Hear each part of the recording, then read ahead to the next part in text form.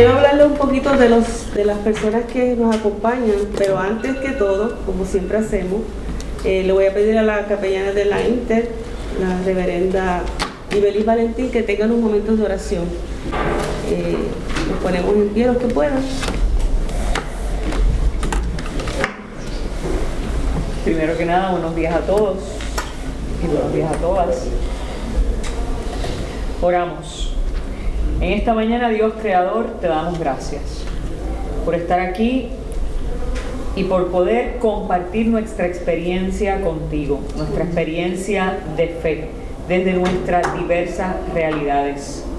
Señor, que este conversatorio pueda ser una fuente de paz y que de alguna manera pueda continuar llegando por los diferentes medios en los que va a quedar grabado en la memoria de esta institución, que pueda seguir llegando a otras personas y que pueda ser un elemento inspirador para que podamos aprender a respetar, para que podamos aprender a encontrarte en medio de la diversidad de cada cual, de la diversidad cultural, de la diversidad religiosa, de nuestras características particulares, que podamos ver cómo se construye el rostro del Dios Creador como un mosaico, con piezas diversas, con piezas de colores diversos, con piezas de identidades únicas, pero que a la misma vez, una vez juntas y a la distancia, pueden mostrar el gran rostro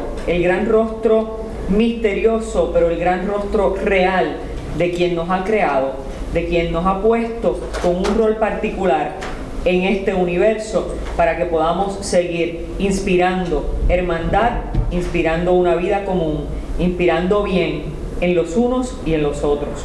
Que cada palabra aquí pronunciada, que cada pensamiento, que cada meditación de los aquí presentes y de todos los que escuchen este conversatorio futuro sean agradables a ti, Dios Creador. Señor les bendiga. Amén.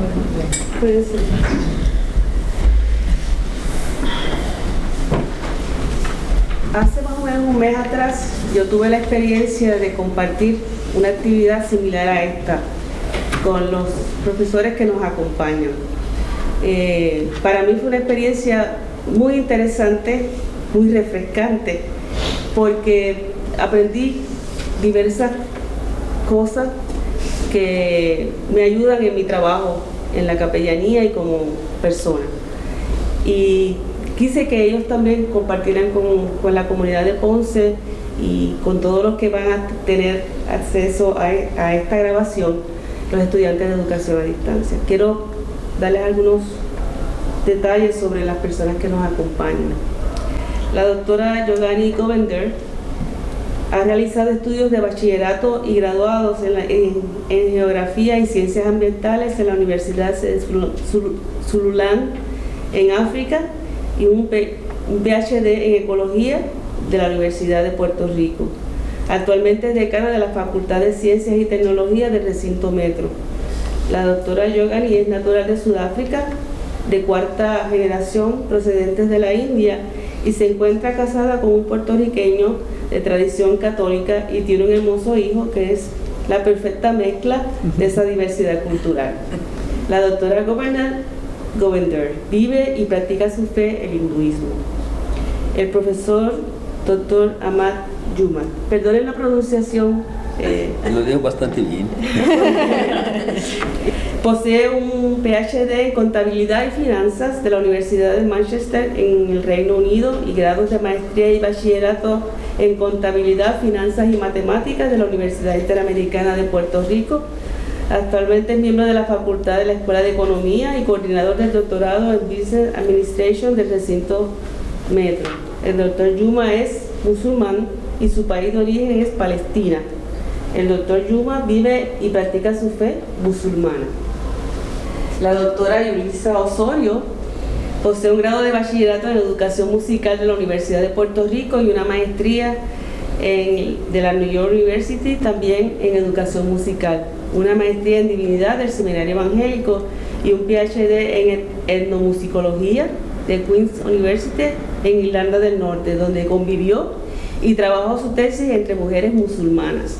Actualmente es parte de la Facultad Adjunta del Departamento de Música y del Recinto Metro y del Seminario Evangélico de Puerto Rico, donde dirige el coro. Es candidato al ministerio ordenado de la Iglesia Cristiana Discípulos de Cristo, donde vive y practica su fe cristiana. Si se fijan, son diversas sus preparaciones académicas, así que vamos a tener una riqueza extraordinaria. Así que dejamos a la doctora Govender. Buenos días a todos. Mi reflexión de hoy tiene el título Spirit of Humanity y yo voy a hablar en inglés, pero después va a ser un breve resumen en español, porque es más fácil en inglés para mí. I cannot pretend to be a scholar of Hindu philosophy. However, I am a practicing Hindu within the realms of my upbringing and the teachings of my family and community. What I am attempting to do today is show the touch of my reality as a Hindu and the fundamental concepts within which I practice this religion. Being a South African, I have had the benefit of being immersed in various educational and practices of various religions. In my home, I was taught to be a Hindu with Hindu philosophies. However, in elementary school, my education was Christian-based, with the morning prayer, citing the Bible, and my high school was an Arabic school that followed Muslim practices and rituals with the combination of Christianity. When I was a teenager, I was constantly questioning my rigid religious practices as a Hindu. For example, girls do not wear trousers, girls must have long hair, girls cannot eat meat, girls cannot go to school. And because of this, I started to explore the different principles of religion.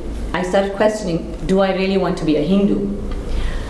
After participating in Sunday school or after school activities, in Muslim prayer practices with Muslim girls, I found that all religions have the same basic philosophy of self and cosmic consciousness. They are different in their interpretation and their implementation, but all religious philosophies emphasize peace among humanities. Therefore, I decided at the age of 18 to continue to be a Hindu. The practices were familiar to me. I could understand in the context of my family and my community, and I decided to continue in this track. It was challenging. Being in a liberal society, being in a growing country that was coming out of apartheid, it was difficult. As a young woman, going to university and acquiring education, but fighting at the same time my religious upbringings. Luckily I had liberal parents and they allowed me the opportunity to continue my education. So the Hindu religion has two basic philosophies, the Vedic and Tantric. Vedic traditions are written in scriptures, and Vedic traditions are best represented in Vedas, written books which originally existed through oral traditions. Tantric traditions are based on many different sciences, such as astrology, cosmic science, physics, chemistry, psychology, and mathematics. Hinduism is rife with avatars, divinities, gurus, saints, and practices and paths, and obviously myths. Like in other religions, Hinduism has the Trinity: Brahma, the creator, Vishnu, the preserver, and Shiva, the destroyer. Hindus in general are peaceful individuals, but like all religions, there have been upheavals with differences in belief systems and interpretation. Hinduism focuses on the self. To achieve peace for humanity, we must focus on training the self to reflect on the processes that result in actions for individuals, families, societies, and humanity as a whole. Ingrained in Hindu practices is the ethical obligation of living in harmony, not only with fellow humans, but with plants and animals. The respect one gives to self extrapolates to everything else, everything outside. There is no peace if self-realization is not achieved. Self-realization does not refer to the ideas and themes discussed by academics, but the morals and the ethical actions of individuals which lead to self-realization on a global scale. Hindu philosophy that I grew up with is in the full myths and practices of self-discipline to achieve internal peace, the cleansing of the body through fasting, rituals to carry kavadi for penance, and and there are more than 360 rituals for good health and prosperity. Hindus in general are not academics in the religion. We learn the nuances of our religion through oral histories from our parents and grandparents, such as stories that are given in the Bhagavad Gita. A lot of times, a lot of us don't even know the language that it's written in, so we receive the interpretation through oral history. Here we learn the different ethical and moral values of humanity. Hindus are educated through these traditions and rituals. One of the things that we learn very early on are the laws of karma and reincarnation. Karma literally means the deed or act, and more broadly names universal principle of cause and effect and reaction. Hindus believe the reactions that Hindus believe governs all consciousness.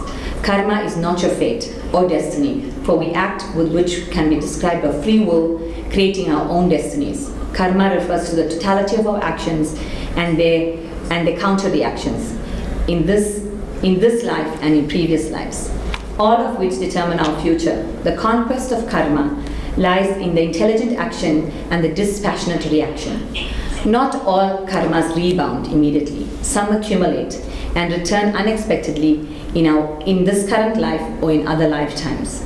Human beings are said to produce karma in 4 ways: through thoughts, through right attitude words, through actions that we perform ourselves, and through actions others perform under our instructions. Hindus can mitigate bad karma by living virtuously, performing good deeds such as helping others, practicing yoga, and worshipping God in order to receive grace, conducting pilgrimages to sacred places to get the grace of God. This may sound familiar, as many of you already know that different religions have these pathways. The word reincarnations derived from Latin literally means entering the flesh again. Religions such as Buddhism, Hinduism, and Jainism are of the belief of reincarnation, which is an endless cycle unless one gains spiritual insight and ends the cycle leading to liberation. For us, death means liberation. Liberation from this current life. Through our acts that we incur in this current lifestyle, we're able to gain liberation and seek penance, therefore bettering our karma in the next lifetime, right? Death for Hindus is an important concept. People that have passed into the next parallel realm or next universal realm, our guiding sources, we celebrate them. We have specific rituals, specific times of the year where we give grace or praise to the people that are guiding us, and it forms a strong part of Hindu everyday life. The people that have passed on are with you throughout your lifetime, and you show them respect through different rituals. For example, today I'm using a sari, which is a traditional Indian dress. It's a form of respect for your elders, whether they are living or dead. It encompasses many different aspects of a female's life in the Hindu religion, and as years have gone by, obviously the sari has become less and less used, especially in modern society. However, in the South African society, whenever we do Hindu rituals or practices in the family or the community, we generally go in traditional clothes. It's not a choice. So I think that by you using a traditional garment, it's a sign of respect, not only for the people that are living, but also the people that have passed before you. All Hindus aspire to reach this liberation through spiritual acts, especially on the individual level. Finding this liberation is an out-of-body and out-of-mind experience, where persons uphold their highest code of conduct with the values of peace, happiness, and justice for all. Hinduism is a path open to all who want to be trained in self-discipline, to attain self-consciousness, to provide selfless service to humanity and to God. I just want to take this opportunity to say that the experience we had over a month ago, I think, was an eye-opener for me. You know, I always have these discussions with the Kapiyana about, or try to understand myself in this context, right? Question? Que puede, eso que nos está comentando, puede hablarlo en español, se Vale. hace fácil. Okay. Y lo que habló sobre Mi traje, ok. El comentario era que hacer un resumen breve sobre mi charla. Hinduismo brevemente es un camino, ¿verdad?, de relación a ti mismo, donde tú tomas una decisión para caminar o para usar el camino hacia Dios. Cualquier religión, hacia Dios de Shiva o Vishnu o Brahma o Mohammed o el Padre o Jesucristo, es un acto de individual, no es un acto que alguien puede imponer en ti, es un proceso educativo que tú misma tienes que hacer una relación sobre dónde tú quieres ir, qué quieres lograr. Todo dentro de ese proceso tú vas a pensar qué actos yo voy a tomar, qué decisiones yo voy a tomar yo misma que va a influenciar la sociedad en general. Mi familia, mi comunidad, mi sociedad, hasta humanidad. El hinduismo es un proceso de reflexión de ti mismo para llegar a ese punto. Pero en dos conceptos principales importantes en hinduismo es karma y reencarnación. Es un proceso de causa y efecto. Es basado de física, ¿verdad? Tú haces algo, va a venir otra cosa más a ti. Entonces, desde chiquita nosotros aprendemos ese concepto, ¿verdad? No dice palabras feas porque esta va a pasar contigo. No toma acciones, decisiones feas contra otra persona porque esta va a rebotar a ti, ¿verdad? Entonces, nosotros siempre estamos conscientes de eso antes de tomar decisiones, antes de actuar. Y esas malas acciones o cosas que no sirven a sociedad o a humanidad se quedan contigo. Tú tienes que pagar para eso. Entonces puedes pagar en esta vida actual o en una vida en el futuro. Esa es reencarnación, ¿verdad? Que rebirth, que renacen tu cuerpo, tu alma. No puede, a veces no es en ser humano, renace en animales, insectos, en diferentes cosas. Entonces, los sufrimientos que tú causas ahora mismo va a afectar cómo tú vas a renacer en un futuro, ¿verdad? Es muy importante entender eso, que nosotros desde pequeña tiene esa filosofía dentro de nosotros. Entonces, antes que actuar, antes que hablar, antes que tener pensamiento, ¿verdad?, mala, nosotros estamos conscientes desde como parte de mis celulares, ¿verdad? Entonces, hinduismo es esta filosofía muy importante. Y la parte de los rituales, hay un ritual muy importante para nosotros sobre las personas que ya pasaron a otro ¿verdad?, nivel. El proceso de reencarnación y también los procesos de respetar las personas, los principios, los muertos. Nosotros tenemos en enero un día como 5 de mayo en México, donde nosotros celebramos esos muertos de mis abuelos, mi tía, mi hermana, por ejemplo. Y en ese día nosotros celebramos a ellos, porque ellos eran mi historia, ellos parte de mí. Yo tengo que reconocer, aprender de ellos para seguir adelante. El muerto, el proceso de hindús en realidad no tiene miedo de muerto, ¿verdad? No tiene miedo de esa, porque es un proceso, nosotros sabemos que nosotros va a hacer renacer, regresar a la tierra. Entonces el proceso de muerto para un hindú no es miedo para hablar con tu abuelo que está muerto, o hablar con tu familia que es muerto. No es malo, no es algo educativo, enlightening, que le ayudan a ti a procesar qué está ocurriendo en tu mundo, en tu vida actual. Ellos es el guía de nosotros, son como angelitos, como, ¿verdad?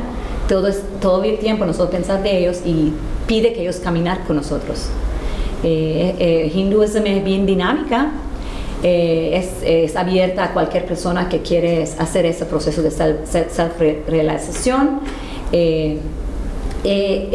Es difícil en términos de reglamentos, rituales, que nosotros cumplir, ¿verdad? No puede comer carne, por ejemplo. Hay muchas cosas pequeñas que todos los religiones tienen, pero yo como persona individual hizo investigaciones de diferentes religiones, hizo mi propia interpretación, ¿verdad? En Puerto Rico uno puede conseguir todo lo cositas que necesita para ofrecer al Dios o ofrecer a mis abuelos. Pues yo lo ofrecí que yo tengo en mi casa, porque yo puedo conseguir aquí en Puerto Rico. Por ejemplo, un ingrediente importante es camphor. Es muy difícil conseguir camphor aquí, hay que ir a una tienda especial. A veces yo no tengo eso. Yo uso un incienso como substitute, ¿verdad? Tiene muchas cosas pequeñas, pero yo hice mis adaptaciones a mi mundo real para practicar mi religión en Puerto Rico. Pero yo tengo fe que mi religión es ayudando a mí a ser un buen ser humano. Gracias. Salam alaikum. Vale. ¿Alguien no me entendió? Sí, yo. Tú también. ¿Me entendieron? Sí. ¿Qué quiere decir eso? La paz sea con nosotros. La paz. Es el saludo de nosotros, los musulmanes y otros, que deseamos paz para todo el mundo. Y la paz es interna y exterior, las dos. Comparto con la doctora que uno debe enriquecerse internamente con la paz. De hecho, la palabra paz es nombre del Creador. El Creador tiene atributo, característica que es paz. Además de justo, la que a mí me gusta siempre mencionar justo, la palabra justo para mí tiene peso así. Si hablo un poquitito del Islam, siempre uno tiene que hablar de dos aspectos. Los pilares de la fe islámica, que son 5, y los pilares del Islam, o la práctica. Sobre la fe hay que creer en uno solo, Creador, uno solo. Son 2, tampoco no son 3, lo creemos en más de uno, creemos en uno solo. Cree que el profeta Muhammad es combinación, que es un mensajero. La compañera dijo, dio y mencionó a Muhammad. Nosotros rechazamos totalmente que nos digan que Muhammad sallallahu alaihi wasallam y los otros mensajeros son dioses. Como musulmanes rechazamos esto, decimos que son mensajeros o profetas. Nada, que reciben mensaje, transmiten mensaje. No podemos disminuir el respeto hacia ellos. Nosotros tenemos 5 mensajeros, son pilares en el Islam. Nuestro padre, Noé, Abraham, Moisés, Jesús y Muhammad. 5. Que son lo más importante en la religión islámica, que los otros, según el Creador, Él quiso que sea así. Entonces tenemos la fe, creer en los ángeles, los mensajeros, el día final y el destino. Esos son de la fe, los pilares de la fe. Los pilares del Islam o la práctica, además de creer en el Creador, el profeta es un mensajero, es la oración. Hay que orar 5 veces al día. Acompañado a la oración, el ayuno. Hay que ayunar 1 mes por año, cada año. Peregrinaje, si puede, tiene los recursos, etcétera, etcétera. Ir a los sitios sagrados, a hacer lo que hizo nuestro padre. ¿Cuál de ellos? Abraham, el padre de todo. El padre Abraham, cuando fue a Meca, hizo algunos rituales y nosotros repetimos esos rituales. No el profeta Muhammad que lo había hecho, es nuestro padre Abraham. Tenemos el 2,5% dividir en la riqueza. El que puede, si tiene riqueza acumulada más de 1 año, tiene que compartir. Hay otras divisiones más sobre eso, que en el Islam nosotros tenemos lo que hay que hacer y lo que no puede hacer. Lo que hay que hacer, digamos, como oración, Lo que no puede hacer, porque vemos todos los días matar, no puede matar, por ejemplo, en todas las religiones, no puede matar, pero no mata en nombre de Dios, ¿verdad?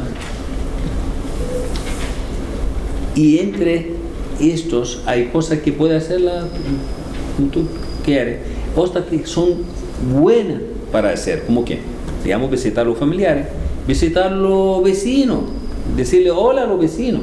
Eso es algo bueno, hay que hacerlo, aunque nosotros nos alejamos a nuestras tradiciones, digamos, por ejemplo, en la época del 60, y me cuentan mis amigos que todo el mundo se conocía en el barrio. Hoy en día vivimos en un sitio, ¿no? Y algunas que uno tiene que evitar, hablar de más. Hablar correctamente, pero de más, no. Eso hay que evitar. Esas son cuestiones en la práctica islámica, lo que nosotros...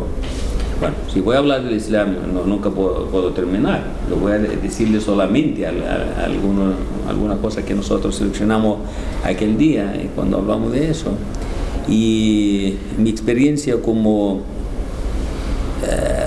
persona, he vivido en distintos sitios y lo que me causa dificultad de entender, lo voy a decir así. Eso es lo que voy a hablar un poquitito. Vamos a decir, entender lo otro. Y como en mi disciplina, nosotros tenemos esa lucha en la disciplina, lo humano, ¿es racional o irracional? Siempre tengo estos cuestionamientos. ¿Somos racionales de verdad, lo que dicen esos economistas? ¿O no lo somos? Yo todavía no he llegado a una conclusión, pero yo dudo que somos racionales, como ellos ponen los pilares de la economía, vamos a decir, o de otras áreas. También otra cuestión que siempre en el Islam dice que tenemos la decisión, igual que lo católico o lo cristiano, o lo judío también, nosotros tenemos la decisión de tomar una acción. Tenemos esa decisión, quiere decir, y no somos iguales, somos distintos. Por lo tanto, hay gusto distinto, hay preferencia distinta. Hay cosas que nos limitan a ser racionales según lo economista. Entonces, mi decisión hacer cosas correctas según el Islam o incorrecta. El Creador no tiene que ver con esto. El Creador lo sabe, pero no interfiere. Hay diferencia, porque si no lo sabe, no es Creador.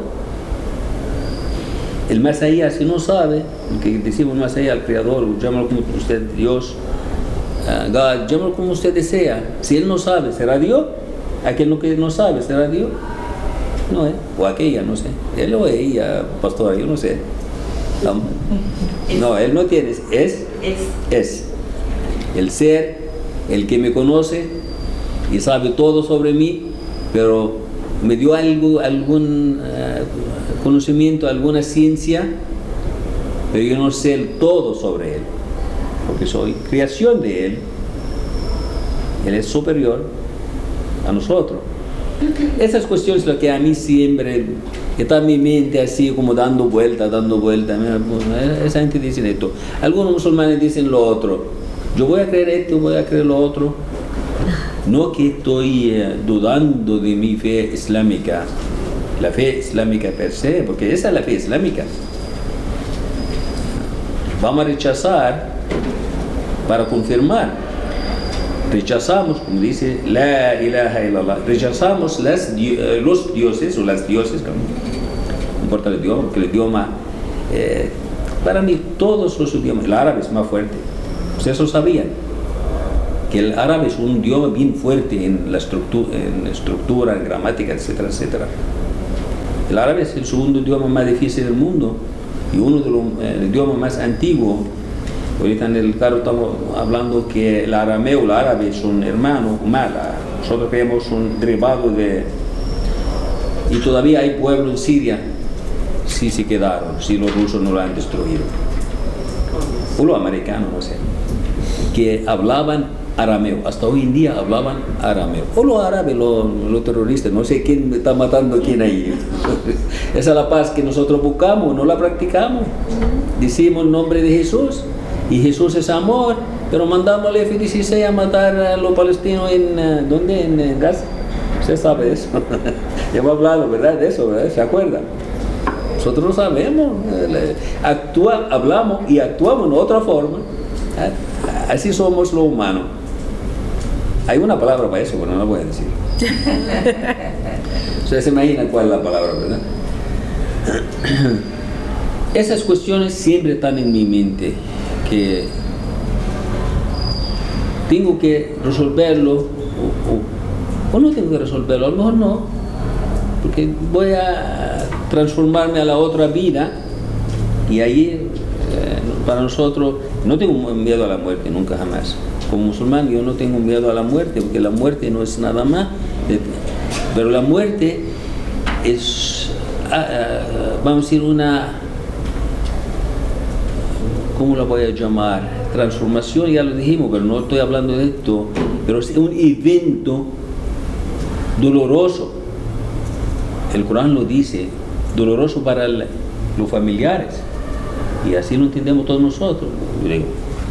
Creo yo que muchos de los cristianos, muchos de los musulmanes, entendemos que la muerte es, si uno pierde un ser querido, familiar, que es un evento bien doloroso. Así lo entiendo y así lo he sentido, la pérdida de mis primos y familiares, etcétera, tíos. Pero después de la muerte es la otra vida.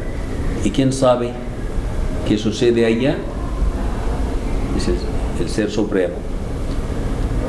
Hay alguna información que tenemos como humanos, que Dios nos dio en el Torah, en el Viejo Testamento, el Nuevo Testamento, en el Corán, alguna información. Pero quién sabe de verdad qué sucede después de la muerte es Él. Sabemos que viene. Igual que los católicos, nosotros los musulmanes creemos que en el día final hay juicio.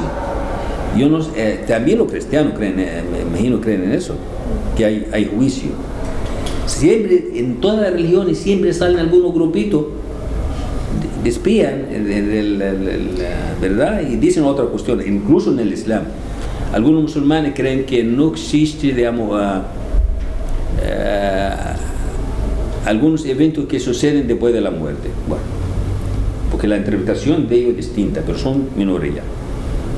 La mayoría, nosotros los 80% de los musulmanes, somos fundamentalistas, que creemos en el Corán, creemos en la palabra, actos, acciones del profeta Muhammad sallallahu alaihi wasallam, lo que había hecho, lo que creemos que son auténticas, que llegaron a nosotros sin ningún,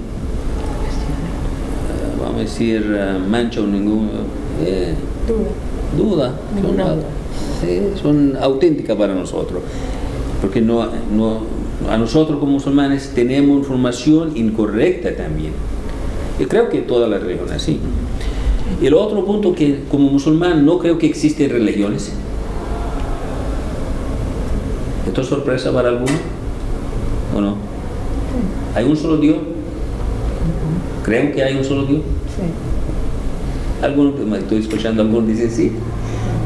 No sé. Si hay un solo Dios, hay una sola religión, que es la de Dios. Y Dios tendrá muchas religiones. Ahora, hay muchas interpretaciones de nosotros como humanos sobre esa religión. Dios siempre había mandado a nosotros, en los 10 mandamientos, en todo, no matarás. Interpretamos después nosotros, ok. Jesús había dicho, si alguien te da, ¿qué tiene que hacer? Dale lo otro. Yo no he visto cristiano que está haciendo eso. Bueno, a lo mejor mi vista no está bien, no sé. Y los musulmanes, yo no digo no matar. Aquel, como que lo dijo a los judíos, aquel que mata a una persona como había matado la humanidad completa. Eso está escrito en el Corán, en la Torah está escrito. No sé si alguno tiene conocimiento de la... Bueno, sí, yo sé. Tengo pastores, perdóname eso, mi amiga. Si Dios lo había dicho, ¿por qué lo estaban matando? Mira, no puede comer la carne de cerdo, judío, musulmán. Yo puedo matar a un judío o yo puedo matar a un musulmán. ¿Cómo es eso? Eso es la cosa que está en mi mente que no lo puedo entender. ¿Por qué digo que no hay religiones? Que la única religión es el Islam. ¿Por qué lo digo? ¿Quién dijo que el Islam es Islam? ¿Es el profeta Muhammad? Yo te digo que no. Y quien dijo el Islam, la religión de Dios, es nuestro padre Abraham. Y Abraham era equivalente a una nación, más de una nación. Abraham, solo, en la fe. Abraham no tenía un comerciante judío. Vamos a dejar de hablar de esto, vamos a hablar de Abraham nada más tú y yo. Así nosotros no llegamos a un acuerdo, no estamos peleando por la política, nada de eso. Todos nos concedimos en Abraham. Abraham es el pilar ahí. Él nombró a los musulmanes por musulmanes. Y musulmán quiere decir, es la persona que someta a quién? A Allah, a Dios. Es el Islam. Si yo me entrego al Creador, allí me encuentro. Sí creo que soy súbdito de Él. Súbdito como musulmán, como Abraham, así dijo. No soy descendiente de Él. No soy equivalente a Él. Yo no soy equivalente al Creador. Él me hizo.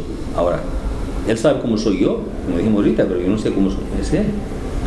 Esas son las cuestiones que siempre están, todos los días lo tengo ahí, como que algo en mi mente está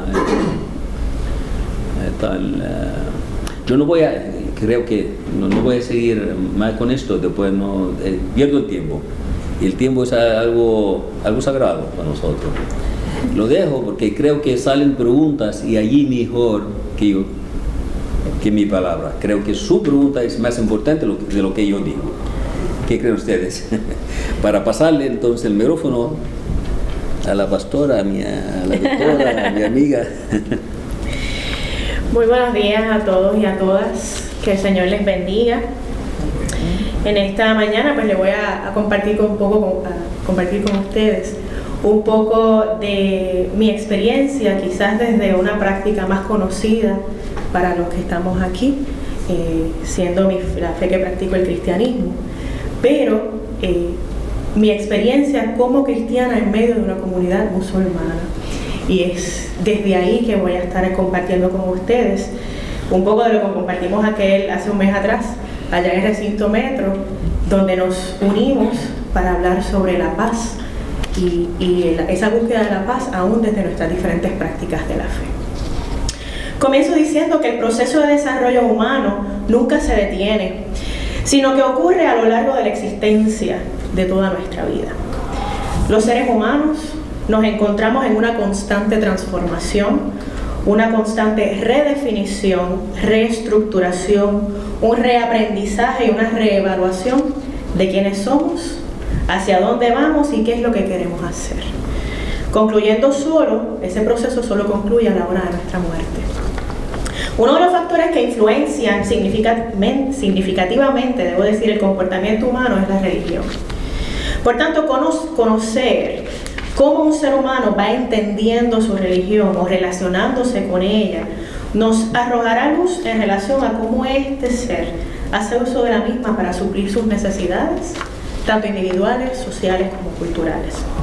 Después de todo, la situación humana es una caracterizada por conflicto en todas las dimensiones de su ser, con Dios, consigo mismo, con el otro y con la naturaleza. Para hablar de mi niñez, debo decir que nací y me crié en un entorno cristiano protestante. Mi familia paterna se identifica como una familia luterana. Asimismo, mi familia materna eran asiduos metodistas, aunque hoy algunos, al igual que yo, son fieles miembros de una denominación discípulos de Cristo. Asimismo, hubo una persona muy importante en mi vida que me acogió en su familia como una nieta más, hasta el día de su muerte. Y ella era miembro de una iglesia pentecostal. Y dado que yo pasaba mucho tiempo en su hogar por la naturaleza del trabajo de mi mamá, muchas veces esta iglesia pentecostal fue mi comunidad de fe. Y allí empecé a crear una imagen de Dios como un Dios que castiga y que solo perdona a través de una sola fe, el cristianismo y en particular el pentecostalismo. Pero según fui creciendo, continué desarrollando mi fe, ya no solo a través de mis familiares, sino a través también de mi educación escolar, porque yo estudié en una escuela protestante hasta graduarme de escuela superior. Allí las clases de Biblia que nos daban eran parte del currículo escolar y se asistía a capilla una vez a la semana. Asimismo, ya no solo asistía a retiros de la iglesia a la que estuviera asistiendo, sino que también a retiros de mi escuela. Como resultado, el espectro de interacción que tenía con personas de diferentes religiosidades o de diferentes entendimientos del cristianismo se me fue ampliando. Esta amplitud me llevó a profundos procesos de evaluación de mi propio entendimiento de Dios, pues cada círculo en el que yo me movía vivía la religión o el cristianismo desde perspectivas distintas. Mi familia materna, les decía que era metodista, pero proviene de un contexto rural en Puerto Rico, lo cual hacía que su manera de entender y vivir su cristianismo era más fundamentalista. No obstante, mi familia paterna, quien les mencionaba que se proclamaba luterano, se entendían como luteranos, vivían y viven una religiosidad muy diferente, menos consistente y mucho más libre. Mientras miembros de mi familia materna asisten a todos los cultos y estudios bíblicos celebrados durante la semana, miembros de mi familia paterna no sienten ninguna urgencia por congregarse, más allá de un domingo cada cierto tiempo o para alguna ocasión especial. En la escuela, por otro lado, tenía compañeros católicos, bautistas, menonitas, catacumbas, mormones y hasta personas que se entendían como no religiosos. Se me empezó a hacer difícil creer que Dios y la plenitud de vida que prometía se mediatizaba a través de un solo camino. Eso me dio un poco de trabajo. ¿Cómo es que solamente puede ser un camino? Pensaba que si Dios era amor, tenía que dar oportunidad de salvación a todo el mundo, independientemente de su religiosidad, aunque fueran diferentes a la mía. Comencé a cuestionar la imagen de Dios que por un tiempo recibí, aquella imagen de Dios castigador. La empecé a cuestionar. Y comencé a pensar que Dios no juzgaba a todas las personas a partir de las características de una sola iglesia. Con los años llegué a una iglesia donde comencé a recibir una imagen de un Dios distinto. Comencé a ver ya no a un Dios que castiga, sino a un Dios tolerante, paciente, inclusivo, que lo que mira es el corazón y el cómo tratamos a las personas que nos rodean.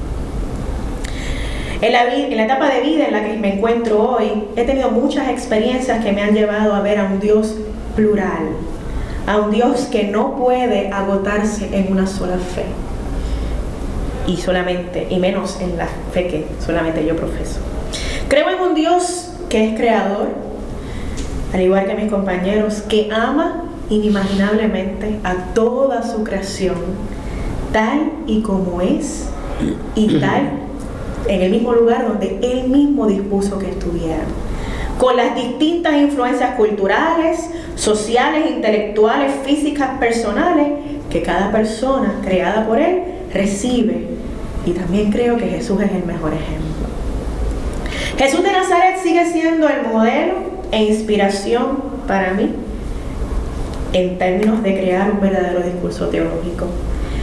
A pesar de su educación judía, trasciende los estrechos límites del judaísmo para llegar a los demás, fuera de su propia cultura o no, para interactuar con toda persona sin importar su género, su situación política, su edad o su cultura. La Biblia nos relata los encuentros de Jesús, primeramente con los sabios de Oriente, quienes sin ser judíos aún le honraron como rey y señor de los judíos, siguiendo las señales físicas, las astronómicas, y de sueños también a través de señales de sueños por los cuales Dios se comunicó con ellos. Además tenemos los encuentros de Jesús con la mujer samaritana y con la mujer sirofenicia, encuentros que terminan siendo transformadores para todos los personajes envueltos y en el que ambas mujeres se resultan ser dignificadas y reinsertadas en su sociedad como personajes claves en el plan de plenitud de vida que Jesús prometía para toda persona. Asimismo, la parábola del buen samaritano y la alabanza de la fe del oficial romano son otros ejemplos de cómo Jesús proclamó la buena nueva de liberación y de salvación para toda persona, independientemente de su condición social o su creencia religiosa. Pobres, ricos, mujeres, hombres, pecadores, santos, judíos y gentiles, todos y todas podían disfrutar de la salvación. Así que yo me aferro al Dios en el que, tal y como Pedro decía en el libro de los Hechos, el capítulo 10, los versos 34 al 35, donde dice: no hay favoritismos, sino que en toda nación Él ve con agrado a los que le temen y actúan con justicia. A la luz de ese verso bíblico les quiero compartir una experiencia que marcó mi vida.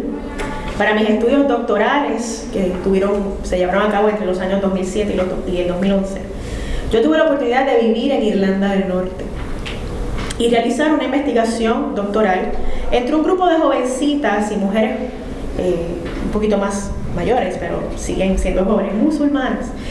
Y las edades de este grupo fluctuaban entre los 12 años y los 33 años. Este grupo tenía jovencitas de Egipto, de Pakistán, de Jordania, de Turquía, Algeria, Malasia, Somalia y Palestina, entre otros.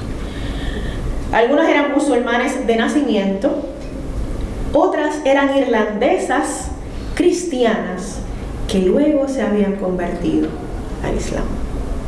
También había jovencitas cuyos padres venían de alguno de esos países que mencioné, pero que ellas habían nacido en Irlanda del Norte y se entendían como irlandesas.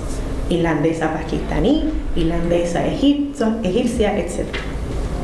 Y esa experiencia me permitió ver el Islam desde otro lente. Como puertorriqueña, y a lo mejor ustedes me pueden entender, la información que recibía del Islam estaba muy viciada por la prensa, que gestiona las supuestas agendas antiterroristas del gobierno estadounidense. Pero hacer vida con estas mujeres musulmanas incluyó todas las actividades normales de cualquier persona. Tuve la oportunidad de ir de compras, celebrar cumpleaños, celebraciones de boda, cenar, tomar un café, ir al parque, ir a la casa simplemente a compartir. Con aquellas mujeres musulmanas aprendí que el verdadero Islam trata de sumisión al Dios creador y a la paz, como decía nuestro compañero hermano. Por lo tanto, eran muy activas, educaban en torno a la importancia de la paz en el mundo y apoyaban de múltiples maneras varios esfuerzos alineados con conseguir la paz en todo el mundo, contrario a la imagen del Islam que yo tenía hasta ese momento. Estas mujeres me enseñaron a que esta comunidad tenía muy presente el hecho de que la paz del mundo se trabaja todos los días y que no hay acto demasiado pequeño para promover la paz. Rechazaban la violencia y el terrorismo con la misma pasión que yo. Educaban mucho sobre el tratar a toda la creación de Dios con justicia, con dignidad y sobre todo con amor. El agua, los animales, las plantas son todas parte de la creación de Allah. Había que cuidarla, respetarla, cultivarla y no puede ser abusada. La niñez, así como la vejez, eran igualmente cuidadas con mucha devoción. Y aquella mezquita en particular, con la que yo me relacionaba, tenía varios programas de ayuda y apoyo a grupos de niños o de ancianos que estaban disponibles para toda la comunidad que les rodeara, fuera musulmán o no. Siempre recibí de estas mujeres amor, apoyo y solidaridad. Aprendí que veían a Jesús como también como un profeta digno de imitar en su trato a los demás. Entonces, ¿cómo es que yo, cristiana, no iba a convencerme de que Dios no hace acepción de personas? Ciertamente vi que independientemente de cuál fuera la fe religiosa que se practicara, Dios busca que le temamos y actuemos con justicia. Y ese es el camino para la paz. Yo, como seguidora de Jesús y por tanto cristiana, entonces me esfuerzo a diario para actuar con justicia y ser portadora del mensaje de paz donde quiera que yo vaya, así como Jesús lo hizo. Como cristiana, pienso que se trata de percibir y servir a Jesús en situaciones de constante cuidado interreligioso. Reconocer y honrar en mi diario caminar a cualquier persona extraña. Encontrar a Jesucristo en otras personas y servirles. Para que entonces Jesús pueda decirme: fui forastero y me recogiste, estuve enfermo y me visitasteis, tuve hambre y me diste de comer. Que Dios les bendiga. De verdad que quiero agradecer esta oportunidad. Gracias. La disfruté en Intermetro, la he disfrutado hoy. Y lo único que les quiero decir es que mi respeto a ustedes. De verdad, aunque parezca tonto para algunos, pero para mí esto es bien significativo. Yo trabajo con muchas personas diversas y el ver la diversidad de ustedes y ver lo que hemos hablado y lo que hablamos allá en Intermetro, para mí es algo maravilloso. Y quiera el Señor, bueno, quiera el Creador, estoy aprendiendo, quiera el Creador que mi vida impacte con amor a los demás, con justicia y respeto. Y eso, es que no quiero extenderme, porque de verdad que lo que está aquí, como usted decía, no siempre se puede expresar con palabras. Muchas gracias.